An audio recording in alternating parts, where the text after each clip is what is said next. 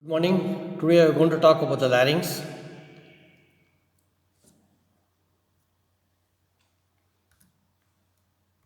We are going to talk about the situation and extent, constituents, cartilages, joints, and assignment.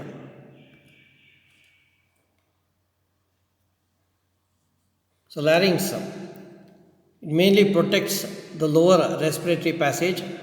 It's an organ for producing sound and or phonation.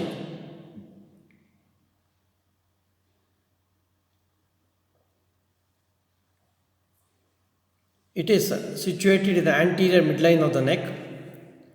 It extends from the root of the tongue up to the trachea. It is related to third to sixth cervical vertebra. In children and adults, it lies at a higher level.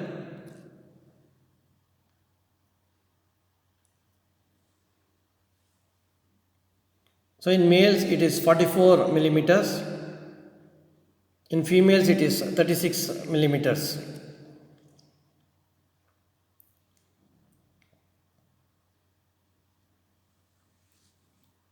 The main constituents comprises of cartilages, joints, ligaments, membranes,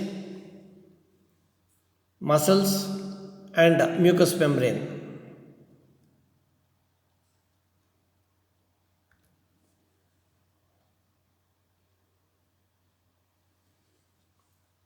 Coming to the cartilages of the larynx, it's mainly divided into unpaired cartilage and paired cartilages.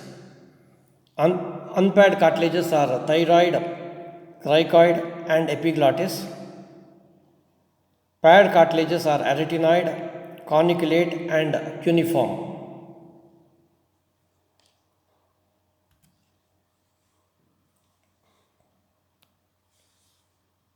Thyroid cartilage is V-shaped in cross section. It consists of two lamina which are quadrilateral in shape.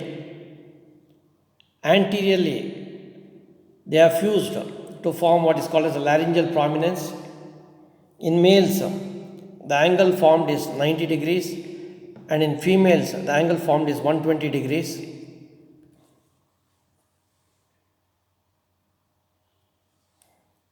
Its posterior borders are far apart and free.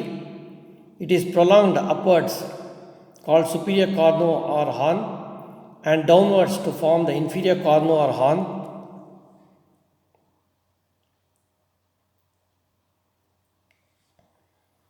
The superior cornu is connected to the greater cornu of hyoid by the lateral thyrohyoid ligament. The superior border provides attachment to the thyrohyoid membrane.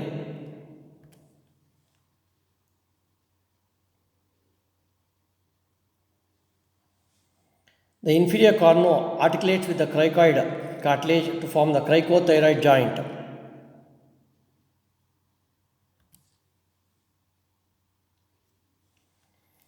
The inferior border is connected to the cricoid by the conus elasticus. The outer surface of the lamina is marked by an oblique line.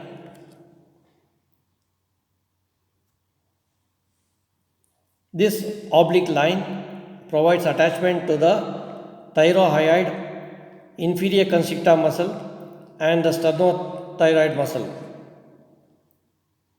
Its lower border and inferior cornu provides attachment to the cricothyroid muscle.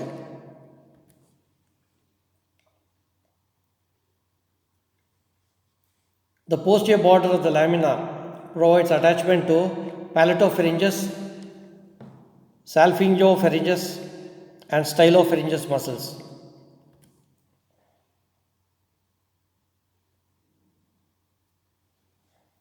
Its inner aspect in the median plane provides attachment to the thyroepiglottic ligament, and on each side of it provides attachment to the vestibular fold, vocalis muscle, thyroepiglottic muscle, and the thyroarytenoid muscle.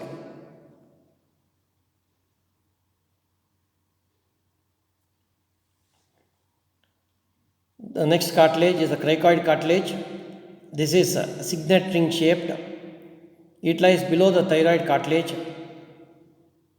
It is the thickest and strongest of the cartilages of the larynx.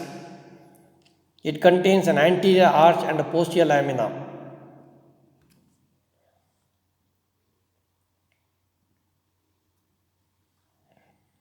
The lamina projects behind the thyroid cartilage. It articulates superiorly with the arytenoid cartilage to form the cricoarytenoid joint. Apart from this joint, we have the cricothyroid joint, which is formed by the inferior corner of thyroid cartilage, which articulates with the cricoid cartilage at the junction of its arch and lamina.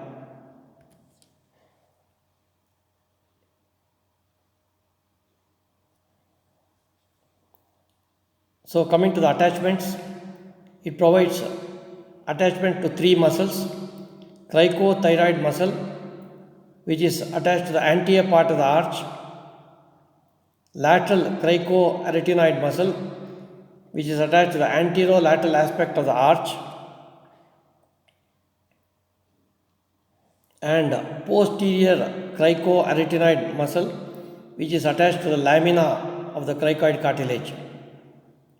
Two membranes are attached to it: the cricothyroid membrane and the cricovocal membrane.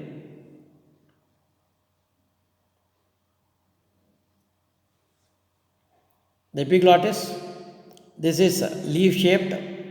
Upper end is free and projects behind the hyoid and tongue. Its lower end is pointed and forms like a stalk, which is attached between the two lamina of the thyroid cartilages. Anterior surface is connected to the tongue by the median glossoepiglottic fold. It is also connected to the hyoid bone by the hyoepiglottic ligament.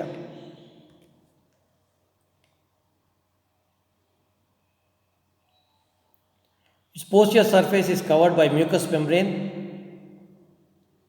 It presents a tubercle in the lower part.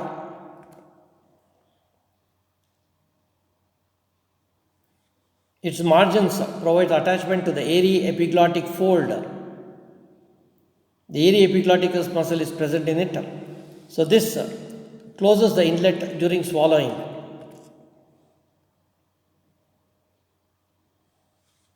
Another muscle called as the thyroepiglottic muscle is attached between the thyroid cartilage and the margins of the epiglottis. It keeps the inlet patent during breathing.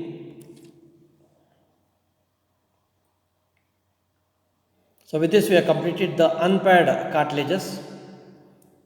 Coming to the paired cartilages, arytenoid cartilage. These are small pyramidal shaped cartilage which lies in the upper border of the lamina of the cricoid cartilage. It contains the following parts: an apex pointing upwards, a base downwards, surfaces, that is the anterolateral surface, posterior surface and medial surface, two processes, vocal process and muscular process.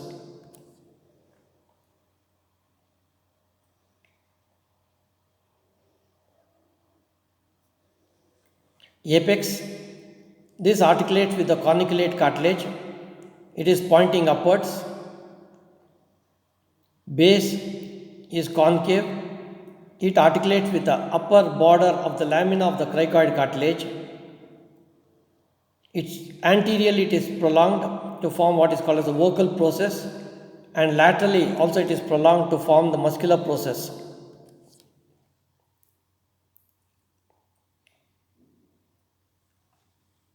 Coming to the surfaces, it has an anterolateral surface, medial surface and posterior surface. Coming to the attachments, the vocal process,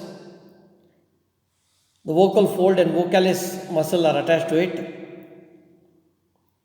The vocal process in the upper part gives attachment to the vestibular fold.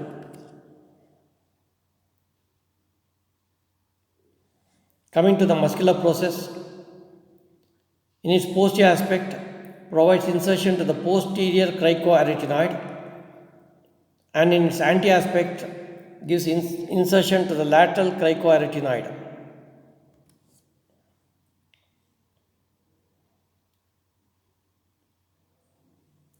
The posterior surface of the arytenoid cartilages provides attachment to the transverse arytenoid.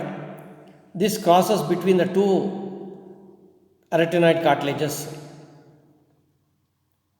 Between the base and apex of the arytenoid is the oblique arytenoid. This muscle is continuous with the area epiglotticus muscle to the sides of the epiglottis.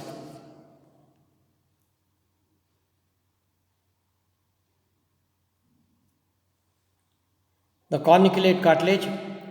These are small conical nodules. These articulate with the apex of the arytenoid cartilage. They are directed posteromedially.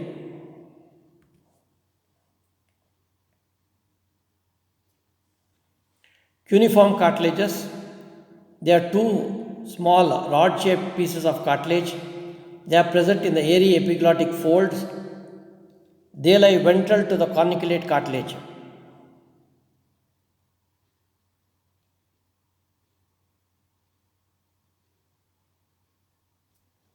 Coming to the microscopic structure of these cartilages, the thyroid, cricoid cartilage and basal portions of the arytenoid cartilage are hyaline cartilages,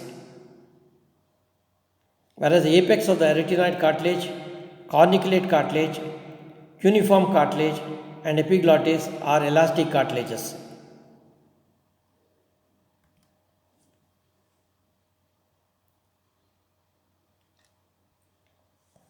Coming to the joints, you find two joints, cricothyroid joint and cricoarytenoid joint.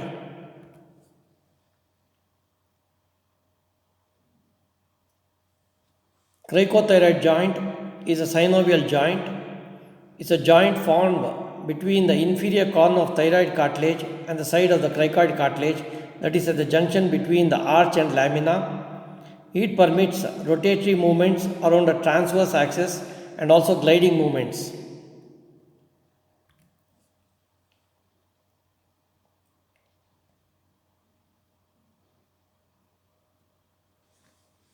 Cricoarytenoid joint, it's another synovial joint. It is formed between the base of the arytenoid cartilage and the upper border of the lamina of the cricoid cartilage. It provides rotatory movements around a vertical axis and also gliding movements.